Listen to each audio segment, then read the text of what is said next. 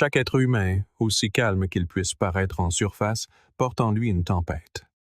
Une tempête de pensées, de doutes, de peurs et de conversations inachevées qui ne franchissent jamais les portes de l'esprit.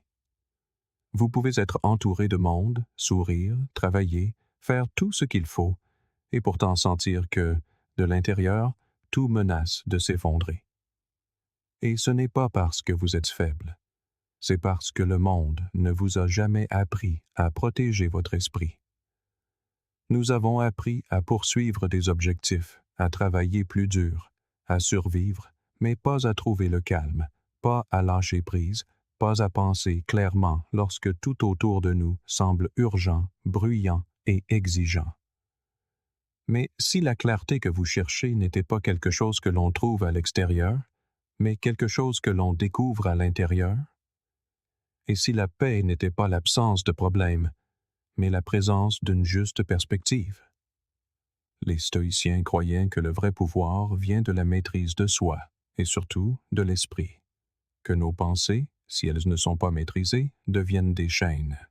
Mais si nous les comprenons, elles deviennent des outils. Et aujourd'hui, c'est exactement ce que nous allons faire. Dissiper le désordre, apaiser le bruit, et vous aider à vous concentrer enfin, non seulement sur ce qui compte, mais sur ce qui vous libère. Si vous êtes sur un chemin vers la clarté mentale, la force intérieure, et que vous aspirez à devenir quelqu'un d'inébranlable face au chaos de la vie, envisagez de vous abonner pour votre véritable moi, car l'esprit que vous cultivez devient la vie que vous menez. La plupart des gens traversent la vie en croyant que chaque pensée qu'ils ont est vraie, que si elle apparaît dans leur esprit, elle doit signifier quelque chose de profond, d'important, de réel. Mais la vérité, c'est que votre esprit n'est pas un tribunal et vos pensées ne sont pas des preuves. Elles ne sont que du bruit, des fragments, des échos de votre passé, de vos peurs, de vos expériences. Elles vous ressemblent parce qu'elles vous accompagnent depuis si longtemps. Elles utilisent de votre voix parce qu'elles se sont familiarisées avec vos schémas. Mais ce n'est pas parce qu'une pensée se présente dans votre langage qu'elle exprime votre vérité. Vous n'êtes pas la pensée. Vous êtes celui qui écoute, l'observateur. Et une fois que vous réalisez cela, même pour une seconde, quelque chose de puissant se produit. Vous cessez d'être emporté par chaque tempête mentale qui passe. Vous cessez de réagir à chaque peur comme si c'était une prophétie. Vous commencez à voir l'espace entre le stimulus et la réponse. Et dans cet espace, vit quelque chose d'incroyable. Le choix. Vous pouvez choisir de ne pas suivre les anciens scénarios qui n'apportent que de la douleur. Vous pouvez choisir de faire une pause avant de sombrer dans une spirale. Vous pouvez choisir de ne pas intérioriser le rejet de quelqu'un d'autre comme étant votre identité. Cela peut sembler simple, mais c'est là que le vrai changement commence. Car sans cet espace, sans cette conscience tranquille, vous êtes piégé dans une boucle, réagissant au lieu de répondre, survivant au lieu de vivre. Lorsque vous ne confondez plus vos pensées avec vous-même, tout le champ de bataille mentale se transforme.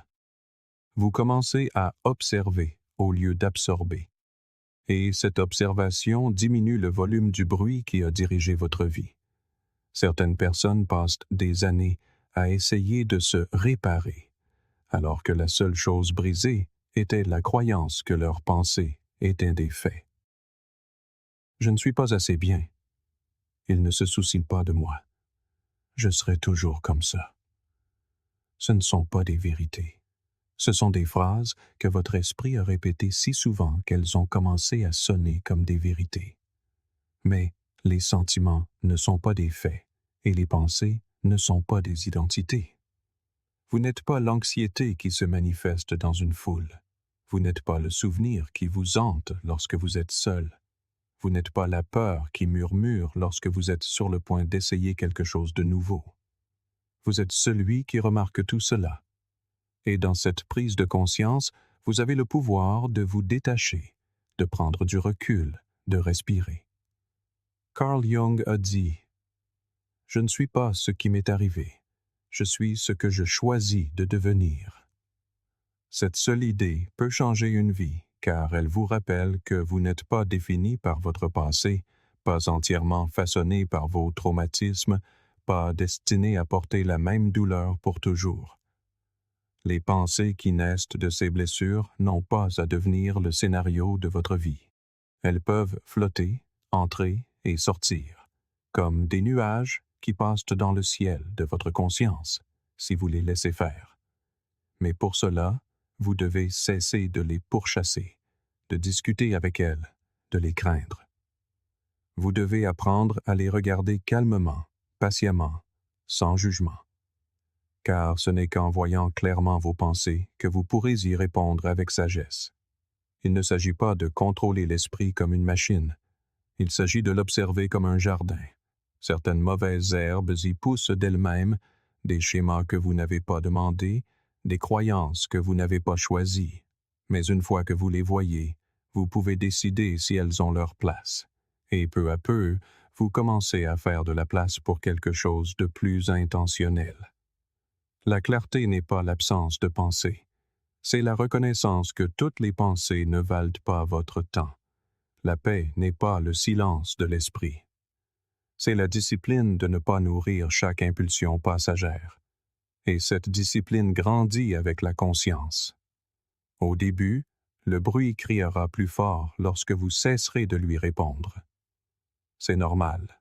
C'est le sevrage d'habitudes mentales qui ont dominé votre monde intérieur pendant des années. Mais avec le temps, le silence revient. Non pas un silence vide, mais un silence plein de vous. Le vrai vous.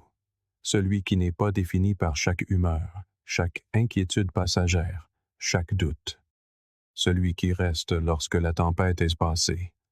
Cela n'arrive pas du jour au lendemain, mais même un seul moment de cet espace, même une seule seconde à voir une pensée sans être consumée par elle, est une victoire. C'est une fissure dans le mur, un endroit où la lumière entre, et plus vous créez cet espace, moins vous vivez en pilote automatique. Vous commencez à vous surprendre.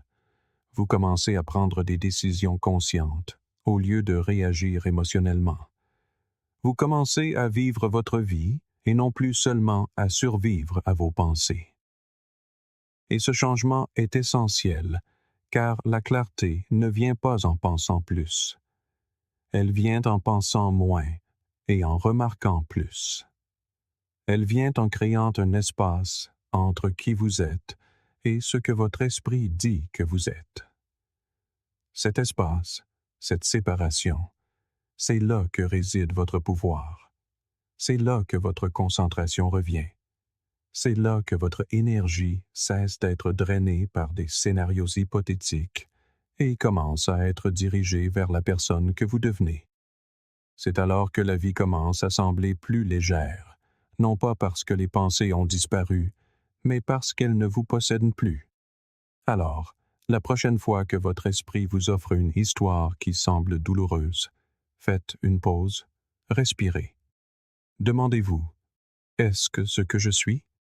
Ou est-ce que juste quelque chose que j'ai entendu si souvent que j'ai fini par y croire?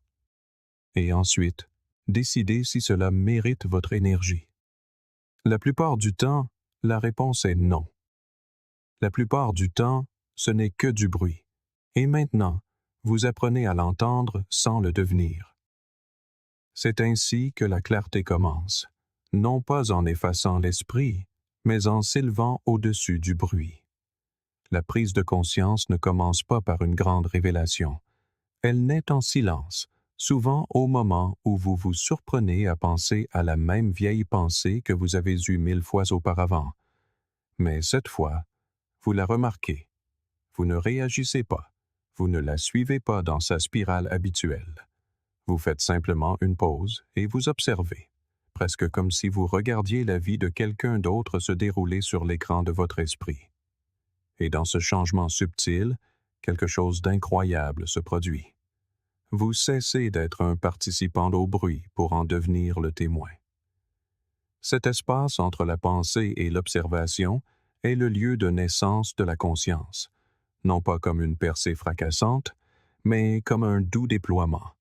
Et plus vous pratiquez cela, plus vous vous asseyez simplement avec votre esprit au lieu d'essayer de le réparer, de le combattre ou de le fuir, plus vous commencez à le voir pour ce qu'il est. Non pas un monstre à craindre, mais un messager à comprendre. Au début, les pensées viennent encore, les doutes, les peurs, les souvenirs, mais ils vous touchent différemment. Ils ne vous renversent plus comme avant, car vous n'êtes plus à l'intérieur d'eux. Vous êtes à côté d'eux, à regarder, à apprendre, à noter le moment, les déclencheurs, le ton. Vous commencez à voir que certaines pensées n'apparaissent que lorsque vous êtes fatigué. D'autres ne vous rendent visite que lorsque vous êtes seul ou incertain. Certaines appartiennent à de vieilles histoires que vous n'avez jamais choisies, mais que vous portez quand même. Et soudain, vous réalisez que ce n'est pas aléatoire. Ce sont des schémas, des boucles, des scénarios qui tournent depuis si longtemps qu'ils sont devenus un bruit de fond. Et maintenant que vous les voyez clairement, ils commencent à perdre leur emprise. Ce qui semblait autrefois être une vérité commence à ressembler à une simple répétition. La pensée qui vous dit toujours que vous n'êtes pas assez bien ne frappe plus comme un fait. Elle sonne comme un écho. Et comme tous les échos, il ne survit que si vous continuez à crier dans la même grotte. Mais vous n'êtes pas obligé de le faire. Vous n'êtes pas obligé de continuer à répondre. La conscience, c'est réaliser que vous n'avez pas à décrocher à chaque appel mental qui sonne dans votre tête. Vous pouvez le laisser sonner. Vous pouvez le laisser passer. Et ce faisant, vous affaiblissez la chaîne qui vous maintenait en place. Pourtant, la conscience ne vous demande pas de combattre vos pensées. C'est là que beaucoup de gens se retrouvent bloqués, pensant que le but est de faire taire l'esprit ou d'effacer complètement la pensée. Mais l'esprit ne fonctionne pas comme ça. Il ne s'agit pas d'élimination, mais d'illumination. Ce que vous mettez en lumière n'a plus le même pouvoir sur vous, car lorsque vous regardez quelque chose clairement, sans fuir, sans juger, vous changez votre relation avec cette chose. Et ce changement est le début de la liberté. Lorsque vous n'êtes pas conscient, ces réalités imaginées semblent urgentes et réelles.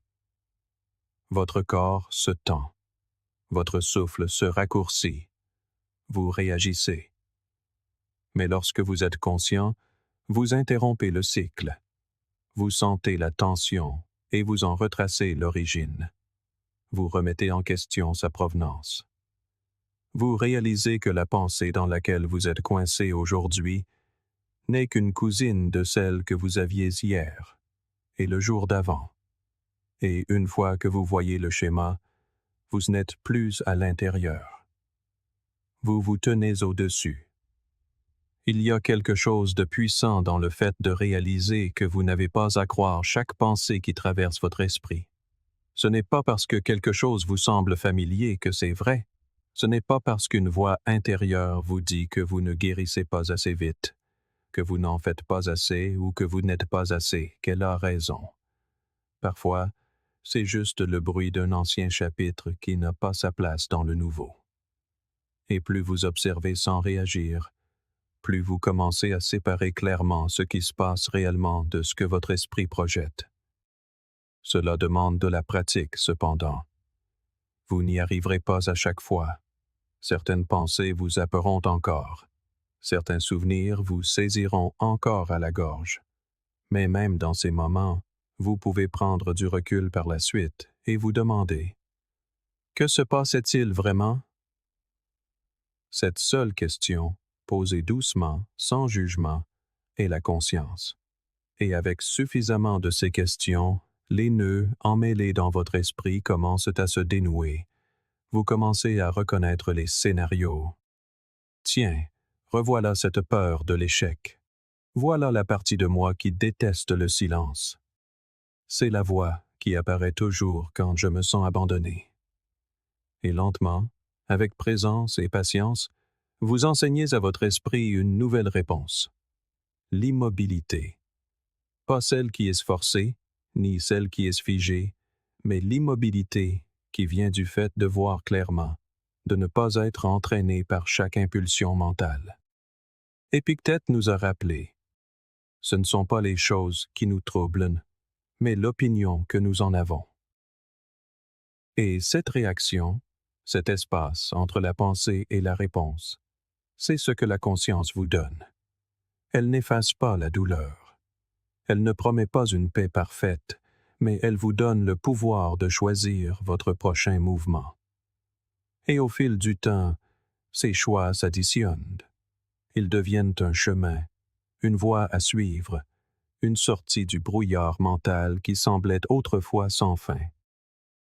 Alors, si vous vous êtes senti perdu dans votre propre tête, si vos pensées vous semblent trop nombreuses, trop rapides, trop bruyantes, commencez ici. Non pas par le contrôle, non pas par la résistance, mais par l'attention. Contentez-vous de regarder. Contentez-vous de remarquer. Laissez votre conscience faire le travail que l'effort n'a jamais pu accomplir, car l'esprit commence à s'apaiser, non pas quand on le force, mais quand on le comprend enfin. Certaines pensées ne crient pas, elles chuchotent. Elles restent tranquillement au fond de votre esprit, intactes, sans nom, mais toujours présentes. Vous les sentez dans votre poitrine avant de les reconnaître dans votre tête. Vous les sentez quand vous êtes seul, quand c'est trop calme, quand une petite chose déclenche quelque chose de grand. Ces pensées ne persistent pas parce qu'elles sont trop puissantes pour être surmontées. Elles persistent parce qu'elles n'ont jamais été mises en lumière, jamais écrites, jamais prononcées à voix haute. Elles deviennent lourdes non pas parce qu'elles se multiplient, mais parce que nous les portons en silence. Ce n'est pas toujours ce que nous disons qui nous pèse. Parfois, c'est tout ce que nous n'avons pas dit. Et avec le temps, ce silence devient sa propre forme de prison. Nous pensons souvent qu'ignorer une pensée la fera disparaître, mais les pensées refoulées ne s'évanouissent pas. Elles s'enracinent plus profondément. Elles se manifestent dans notre tension, dans notre épuisement, dans la façon dont nous réagissons de manière excessive à des choses qui ne devraient pas avoir d'importance. Vous vous dites que vous êtes juste fatigué, ou sensible, ou dépassé. Mais sous cette surface, quelque chose de non dit demande à être entendu, et plus longtemps on l'ignore, plus il devient lourd. Ce pourrait être un deuil que vous n'avez jamais traité, une colère que vous n'avez jamais admise, ou une peur qui n'a jamais été nommée. Vous le portez comme un secret, mais votre corps s'en souvient. Votre système nerveux le retient. Votre concentration se disperse parce qu'une partie de votre énergie est toujours occupée à maintenir cette porte fermée. La vérité, c'est que la clarté ne consiste pas seulement à penser positivement. Elle consiste à être honnête, vraiment honnête, avec soi-même d'abord. Il y a quelque chose de transformateur à mettre des mots sur le non-dit. Cela n'a pas besoin d'être dramatique. Vous n'avez pas besoin de le dire au monde entier. Mais même le murmurer à vous-même dans le noir, dans votre journal, dans la voiture quand personne n'est là, peut commencer à desserrer l'étau. Le nommer, c'est commencer à se le réapproprier. Vous n'êtes pas défini par ce que vous avez enfoui. Vous êtes défini par votre volonté d'y faire face. C'est étrange comme nous craignons souvent notre propre vérité plus que le jugement des autres. Nous gardons des parties de nous-mêmes cachées, même à nous-mêmes, comme si ne pas dire quelque chose le rendait moins réel. Mais le silence ne vous protège pas, il ne fait que retarder la guérison.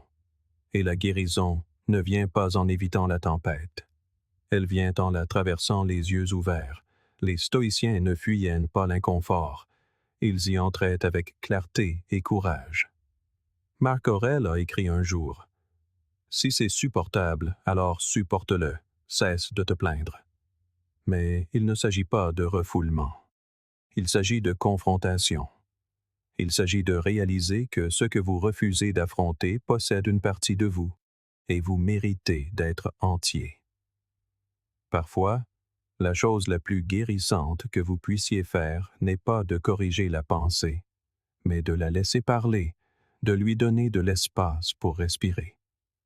Écrivez-la, même si les mots n'ont pas de sens. Laissez la phrase être désordonnée. Laissez le sentiment être incomplet. L'acte d'écrire est plus qu'une expression. C'est une excavation.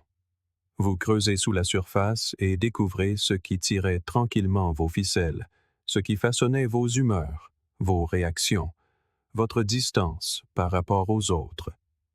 Et une fois que c'est sorti de vous, même un tout petit peu, il y a de nouveau de la place pour respirer. D'autres fois, la libération vient par la conversation. Une seule phrase partagée avec quelqu'un de confiance peut briser des années de tension intérieure, non pas parce qu'il le répare pour vous, mais parce que le dire à voix haute prouve que cela n'a plus besoin de se cacher. Il y a un poids qui se lève lorsque vous entendez votre propre voix dire ce que votre cœur a retenu. Cela n'a pas besoin d'être éloquent. Cela n'a pas besoin d'être un discours. Il suffit que ce soit réel. Au moment où votre vérité devient audible, elle perd son pouvoir de vous blesser en silence. Mais même si vous n'êtes pas prêt à en parler, vous pouvez toujours y faire face. Même une respiration profonde et honnête, où vous admettez ce que vous ressentez sans en faire toute une histoire, est un pas en avant. Parfois, le corps peut libérer ce que l'esprit retient encore. Le deuil, la colère, la culpabilité, ce ne sont pas seulement des concepts mentaux. Ils vivent dans le souffle, dans les épaules, dans les entrailles. Et plus vous leur laissez de l'espace pour monter et passer, plus vous vous sentez léger. Non pas parce qu'ils ont disparu, mais parce que vous n'êtes plus seul avec eux. Vous les avez rencontrés. Vous les avez écoutés. Aristote croyait que se connaître soi-même est le commencement de toute sagesse, mais la connaissance n'est pas seulement un acte mental. Elle est émotionnelle, spirituelle, énergétique. C'est apprendre à s'asseoir avec les parties de soi que l'on fuyait autrefois et réaliser qu'elles ne sont pas aussi terrifiantes qu'on l'imaginait. Elles attendaient juste que vous arrêtiez de prétendre qu'elles n'étaient pas là. La douleur non exprimée isole. Elle vous fait croire que vous êtes le seul à lutter, le seul à porter quelque chose de trop lourd à nommer. Mais une fois que vous l'amenez à la lumière, même une lueur, vous réalisez combien d'autres portent leur propre poids non dit. Et soudain, votre douleur vous connecte. Elle ne vous isole plus. Et dans cette connexion naît une nouvelle forme de force, une force enracinée dans l'honnêteté, pas dans la performance. Il n'y a rien de faible à lutter. Il n'y a rien de brisé à avoir quelque chose à dire, mais à ne pas savoir comment. La lutte ne devient plus lourde que lorsque vous vous convainquez qu'elle doit rester cachée. Ce n'est pas le cas. Vous êtes autorisé à parler, à écrire, à ressentir, à laisser les pensées qui n'ont jamais trouvé de voix être enfin entendues. Car tant que vous ne le ferez pas, elles continueront à murmurer en arrière-plan, à attirer votre attention, à ternir votre clarté. Mais une fois que vous les laissez sortir, même imparfaitement, elles commencent à perdre leur forme. Ce qui semblait autrefois une tempête devient un nuage passager. Ce qui semblait autrefois un mur devient une porte. Et de l'autre côté de cette porte, il y a la lumière. Pas la paix parfaite, mais de l'espace, du souffle, des possibilités, et surtout, la liberté d'avancer. Il existe une douleur qui ne crie pas. Elle persiste, silencieuse et tenace. C'est la douleur des moments qui auraient dû se terminer il y a longtemps, mais qui vivent encore dans votre esprit comme s'ils s'étaient produits hier.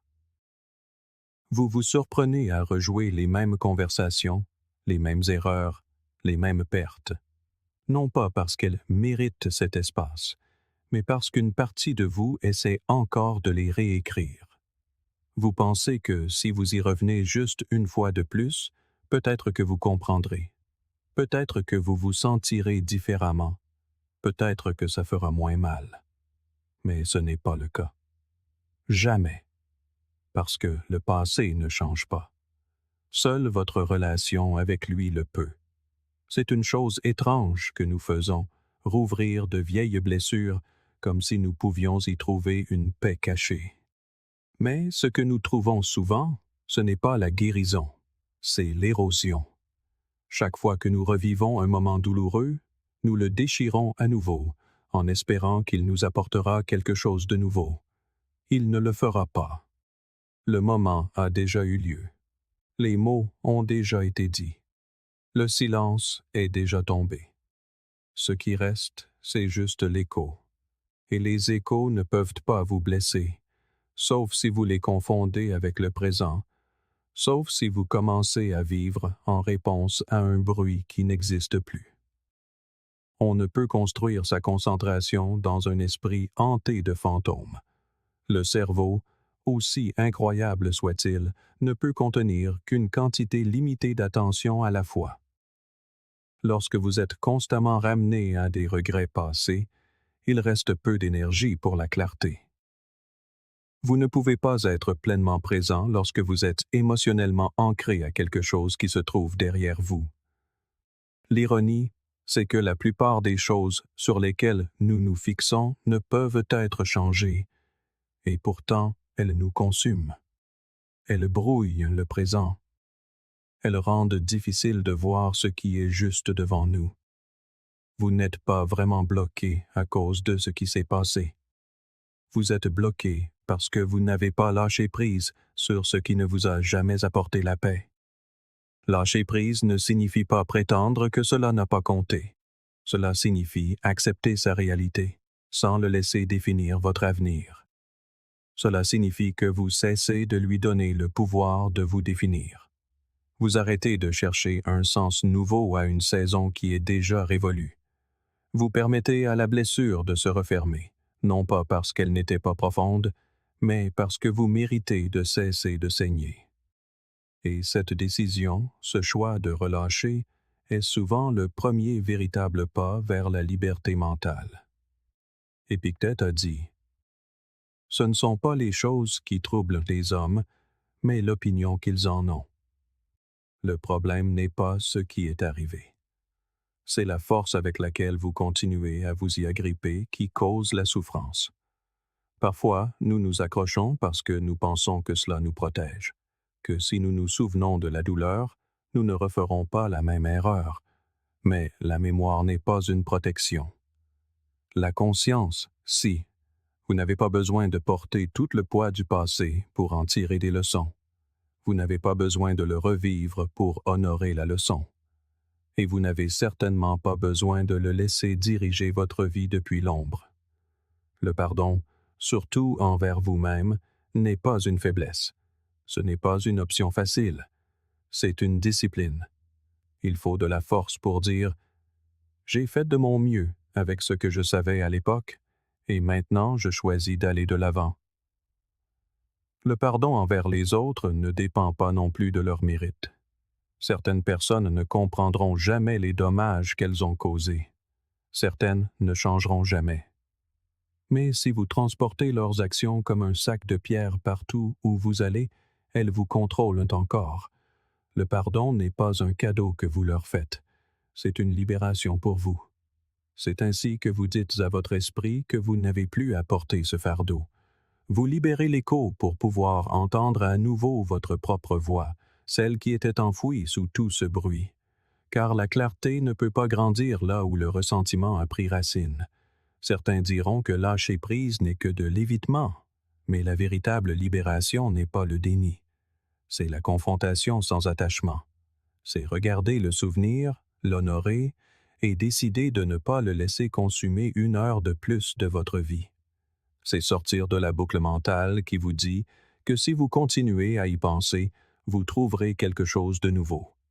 Vous ne trouverez rien. Ce que vous trouverez, c'est la fatigue, la paralysie, la déconnexion du présent, et peut-être pire que tout, vous passerez à côté de la vie qui essaye de s'épanouir parce que vous êtes trop concentré sur ce qui a déjà fané. Vous devez vous demander: combien de temps encore êtes-vous prêt à laisser hier gâcher aujourd'hui? Combien de temps encore continuerez-vous à échanger votre paix contre une douleur qui a déjà été payée? Lâcher prise, ce n'est pas effacer le passé, c'est réécrire votre relation avec lui.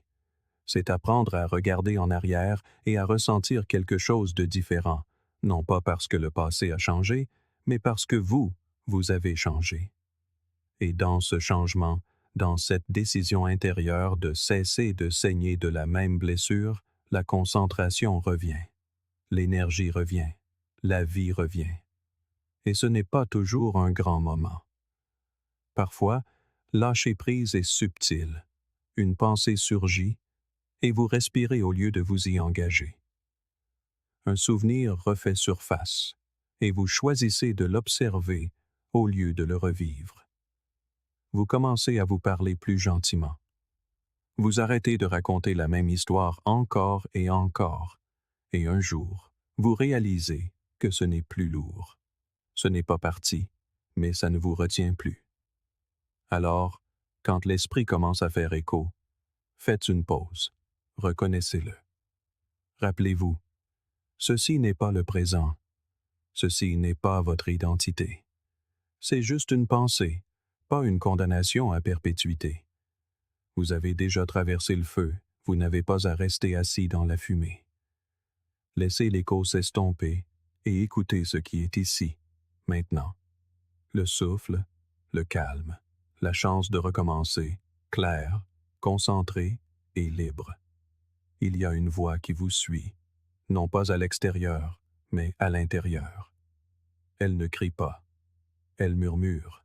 Elle ressemble à vos propres pensées, à vos propres mots, à votre propre jugement, et c'est ce qui la rend si convaincante. Elle dit des choses comme « Tu es à la traîne, tu aurais dû en faire plus, tu n'y arriveras jamais ». Elle vous pousse à essayer plus fort, mais ne vous laisse jamais vous reposer. Elle vous pousse en avant, mais ne vous laisse jamais vous sentir à la hauteur. Et bien qu'elle puisse porter le masque de la motivation, en dessous se cache la peur. La peur d'être laissé pour compte, d'être rejeté, de ne pas être à la hauteur d'une norme impossible que vous n'avez jamais consciemment acceptée. Cette voix ne sort pas de nulle part.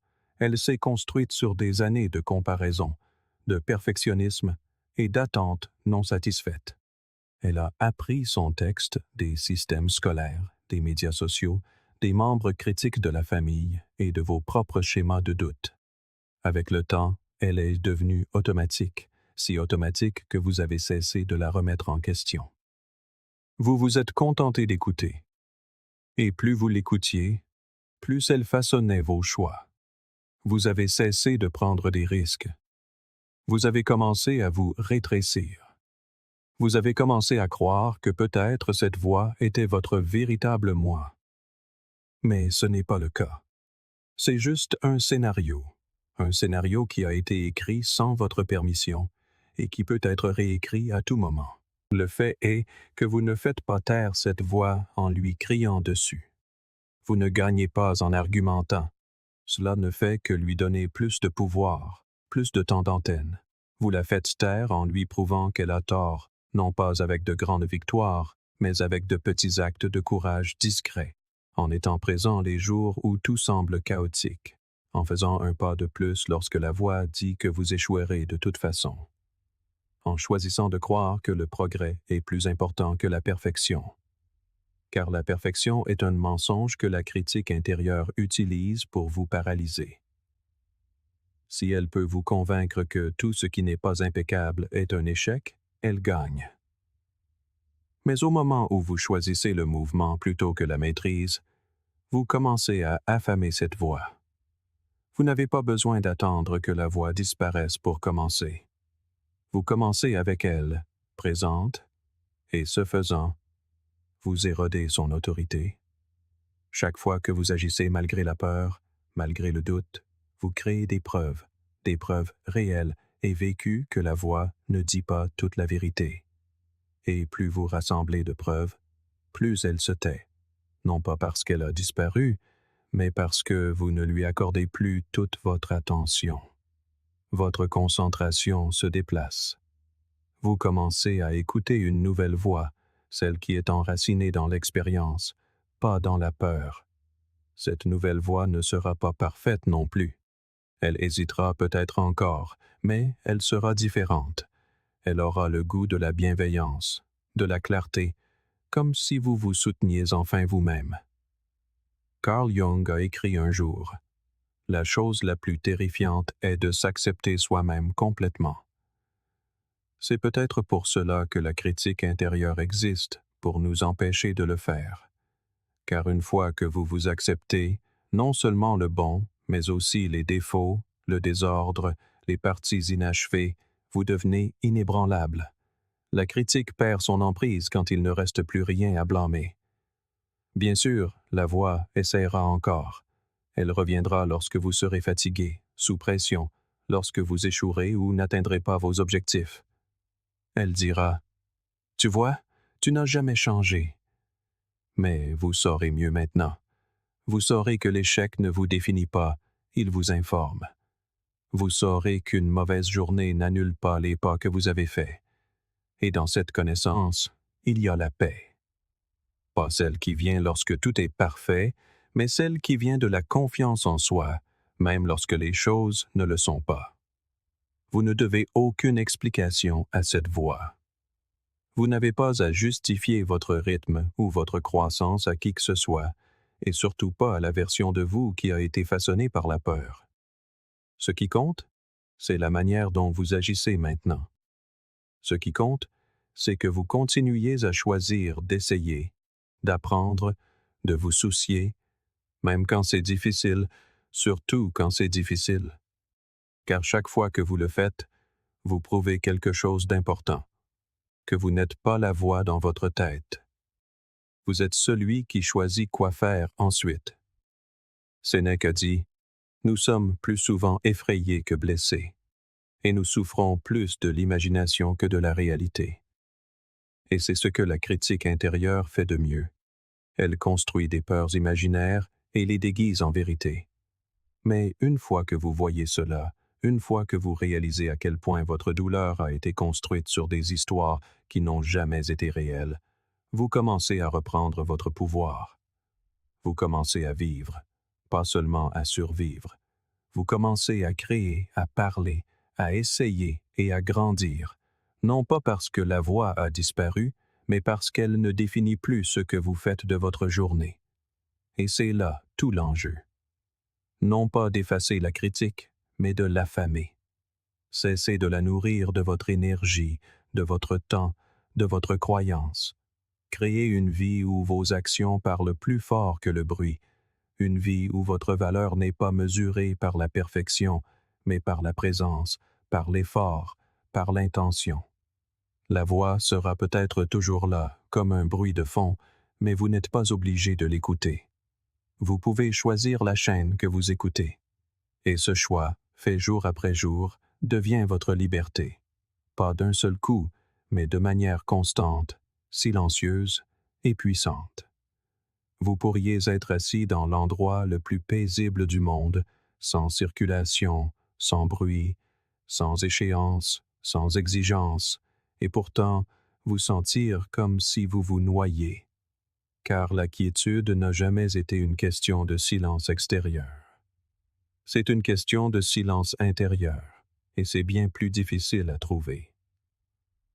Votre environnement peut être calme, mais si votre esprit est en surchauffe, si vos pensées se crinquent les unes sur les autres, si vous êtes coincé dans la boucle des « et si » et des « ce qui fut », alors même l'endroit le plus silencieux devient bruyant. C'est le piège dans lequel la plupart des gens tombent. Ils poursuivent la paix extérieure, croyant qu'elle calmera la tempête intérieure. Mais la paix n'est pas quelque chose que l'on trouve par hasard, c'est quelque chose que l'on pratique. La quiétude, la vraie quiétude, n'est pas accidentelle. Elle est intentionnelle. Elle n'apparaît pas lorsque tout est enfin parfait. Elle apparaît lorsque vous apprenez à cesser d'avoir besoin que tout soit parfait. Vous ne la trouvez pas dans le silence. Vous la créez. Vous la créez en apprenant à vous asseoir avec vous-même, non pas pour fuir, ni pour vous distraire, ni pour réparer, mais pour être. Et c'est là que les choses commencent à changer. Car lorsque vous cessez d'essayer d'échapper à votre esprit, vous vous donnez enfin la chance de le comprendre. Nous vivons dans un monde qui glorifie le mouvement. Nous avons été conditionnés à croire que faire plus signifie être plus. Alors, lorsque nous faisons une pause, même brève, nous nous sentons coupables, improductifs, à la traîne. Mais si la chose la plus précieuse que vous puissiez faire était de ne rien faire du tout, non pas dans le sens de la paresse ou de l'indifférence, mais dans le sens de la présence, une présence réelle et ancrée. S'asseoir immobile, respirer lentement, remarquer ses pensées sans les poursuivre. Ce n'est pas de l'évitement. C'est du courage, c'est de la conscience, c'est de la maîtrise. Et cela ne vient pas facilement. Dès que vous vous installez dans l'immobilité, votre esprit essaiera de combler le vide, de vieux souvenirs, des tâches inachevées, des peurs que vous aviez enfouies il y a longtemps, tout remontera. Et c'est tout l'intérêt. L'immobilité ne consiste pas à éviter le bruit. Elle consiste à y faire face sans scier. Vous vous asseyez avec ce qui se présente et, au lieu de fuir, vous écoutez. Non pas pour juger ni pour réagir, mais pour comprendre. C'est ce genre de quiétude qui change les gens, celle qui vous renforce de l'intérieur. Sénèque a écrit un jour: « Le vrai bonheur, c'est de jouir du présent sans une dépendance anxieuse vis-à-vis de l'avenir. » Et c'est dans l'immobilité que nous apprenons enfin ce que cela signifie. Car lorsque vous êtes immobile, le futur perd son emprise. Vous cessez de vivre pour demain. Vous cessez de revivre hier. Et vous commencez à faire l'expérience du seul moment que vous ayez jamais réellement eu. Celui-ci. La respiration que vous prenez en ce moment. La sensation d'être en vie sans avoir besoin de faire, de réparer ou de prouver quoi que ce soit. Mais cela demande de la pratique. Vous devez y revenir quotidiennement, non pas comme une tâche à accomplir, mais comme un cadeau que vous vous offrez. 5 minutes, 10. Pas de musique, pas de défilement, pas de stimulation. Juste le souffle, juste la conscience. Et dans cette petite fenêtre de temps, votre système nerveux commence à se réinitialiser. Vos pensées commencent à ralentir. Vous commencez à voir clairement ce que le stress avait rendu flou. Et avec le temps, cette clarté vous suit dans votre vie, dans vos conversations, dans vos choix. Vous devenez moins réactif, plus présent, plus centré. La quiétude devient une boussole, un rappel silencieux que vous n'êtes pas vos impulsions, que vous n'avez pas à répondre à chaque pensée, que vous n'avez pas à précipiter chaque moment. Lorsque vous portez la quiétude en vous, le chaos ne vous ébranle plus de la même manière. Vous pouvez toujours faire face à la pression, à l'incertitude, même à la perte, mais au lieu d'être déstabilisé, vous y répondez avec présence, avec patience, avec force. Car votre sentiment de paix ne dépend plus de ce qui se passe autour de vous. Il vit en vous. Carl Jung croyait que le silence est d'une grande aide pour l'homme qui est en train de découvrir quelque chose dans son âme. C'est ce qu'est vraiment la quiétude. Un miroir, une chance de vous voir sans distraction, sans bruit, sans masque. Et ce que vous y trouvez n'est pas toujours confortable, mais c'est réel. Et de cette réalité, la croissance commence. La plupart des gens ne se donnent jamais cette chance. Ils remplissent chaque espace vide avec quelque chose. Ils ont peur de l'ennui, mais ce dont ils ont vraiment peur, c'est de se rencontrer eux-mêmes. Peur des questions qui pourraient surgir, des vérités qui pourraient faire surface. Mais tant que vous n'affrontez pas ces choses, elles vous contrôlent discrètement. Elles vivent dans vos décisions, dans vos relations, dans vos distractions. La quiétude n'est pas seulement la paix, c'est le pouvoir, car elle met en lumière tout ce qui est caché. Et lorsque vous vous connaissez profondément, lorsque vous vous êtes assis dans l'immobilité et avez fait face à votre propre esprit, le monde extérieur semble moins menaçant. Vous devenez moins avide de bruit, moins dépendant de la stimulation, moins attiré par chaque problème, parce que vous vous êtes déjà tenu au centre de la tempête et avez appris à respirer. Vous avez construit quelque chose de solide à l'intérieur, quelque chose que personne ne peut vous donner et que personne ne peut vous enlever. Alors, accordez-vous ce temps. Pas un jour, pas quand vous aurez tout fini, mais maintenant. Quelques instants, un coin tranquille, une profonde respiration. Laissez vos pensées monter. Laissez votre corps se détendre. Laissez votre esprit s'apaiser, non par la force, mais par la patience. Et dans cet espace, vous trouverez plus que la paix. Vous vous trouverez vous-même. Non pas la version façonnée par le stress ou les attentes, mais celle qui a toujours été là, attendant d'être entendue. La quiétude n'est pas un luxe. C'est une nécessité. Dans un monde qui ne s'arrête jamais, la quiétude est la manière de vous souvenir de qui vous êtes. Et à partir de ce souvenir, vous commencez à vivre, non pas en réaction, mais en alignement. Non pas dans le bruit, mais dans la clarté. Non pas dans la peur, mais dans la vérité. Votre esprit ne se contente pas d'enregistrer ce que vous vivez. Il construit votre réalité à partir de cela. Et la matière première qu'il utilise le plus souvent n'est pas la vérité, c'est l'attention. Quoi que vous regardiez constamment, que ce soit la paix ou la douleur, la peur ou la gratitude, votre esprit commence à se modeler autour. Il ne juge pas ce qui est utile ou destructeur. Il s'adapte simplement. C'est l'étrange pouvoir de l'attention. C'est silencieux, c'est subtil, mais c'est l'architecte de votre monde intérieur. Et une fois que vous commencez à comprendre cela, vous réalisez que la clarté mentale ne vient pas en pensant plus fort. Elle vient en regardant dans la bonne direction. Si vous vous concentrez constamment sur ce qui est brisé, ce qui manque, ce qui ne va pas, votre esprit deviendra un expert pour en trouver davantage. Non pas parce que c'est tout ce qui existe, mais parce que c'est ce que vous l'avez entraîné à reconnaître. Le cerveau est très réactif. Il construit des chemins neuronaux basés sur la répétition. La concentration devient une habitude. L'habitude devient une identité. Et l'identité, avec le temps, devient le filtre à travers lequel vous voyez chaque expérience. C'est pourquoi certaines personnes semblent toujours perdues dans leurs problèmes. Ce n'est pas parce que leur vie est pire, c'est parce que leur attention est entraînée sur ce qui fait mal. Mais le même mécanisme fonctionne aussi en votre faveur. Déplacez votre attention, même légèrement, vers ce qui guérit, vers ce qui fonctionne, vers de petits moments de sens discrets, et vous commencerez à construire de nouvelles routes mentales.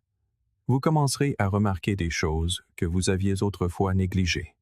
Votre souffle qui ralentit, la gentillesse dans les yeux de quelqu'un, les petites victoires que vous n'aviez jamais comptées auparavant. Il ne s'agit pas de positivité toxique ou de prétendre que la vie est parfaite. Il s'agit de choisir ce qui mérite votre attention, car tout ne le mérite pas. Vous n'avez pas besoin de forcer la pensée positive.